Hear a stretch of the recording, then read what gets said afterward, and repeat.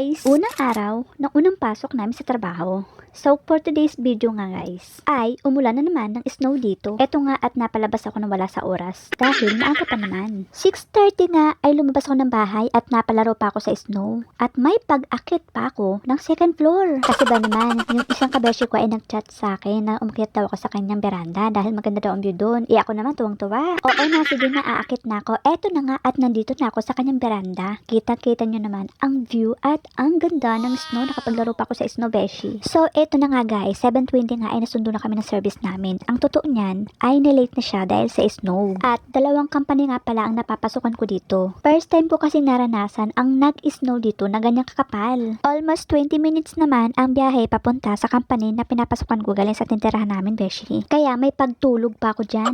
Sa kanya nga yung beranda. Sila nga yung dalawa kong kasama. Shout out nga pala kay Kuya Henry. Aba na, pasama ka pa sa vlog. Kapugi naman eh. So eto na nga at natulog muna ako sa biyahe dahil medyo malayo pa ang company pinapasukan namin. I-share ko nga din pala sa inyo ang kaganapan noong January 28, 2023. O diba napakatagal na? Panggabi pa kami niyan at nakagawa pa kami ng snowman, beshi. Ang totoo niyan, silang tatlo lang talaga ang gumawa niyan. Hindi nga ako gaano nakatulong diyan dahil sobrang antok na antok talaga ako, beshi. Nandito nga kami ngayon sa Miyabi kung saan mas malapit ang company pinapasukan namin, beshi. Nakapit bahay lang namin ang company. Sabi nga nila, ngayon lang daw itong nangyari na umulan ng snow na sobrang kapal. Eto na nga guys at papunta ako ng second floor. Oo nga, may second floor dito.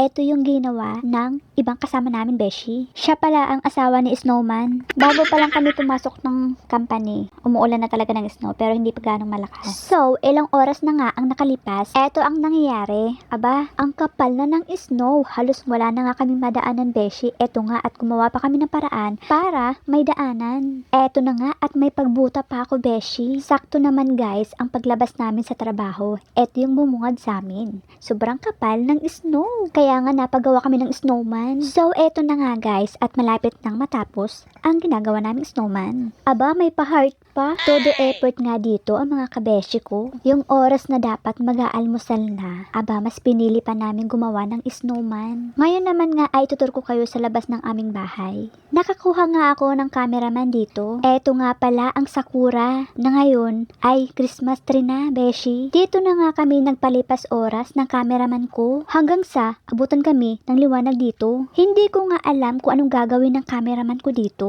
Yung Christmas tree lang pala ang pupuntahan niya, beshi. Hindi nga siya nagtagal sa pagbibideo sa akin. At kinalabasan, ako ang taga-video niya. O ayan, beshi, huling-huli ka, napasubsub ka sa kanal.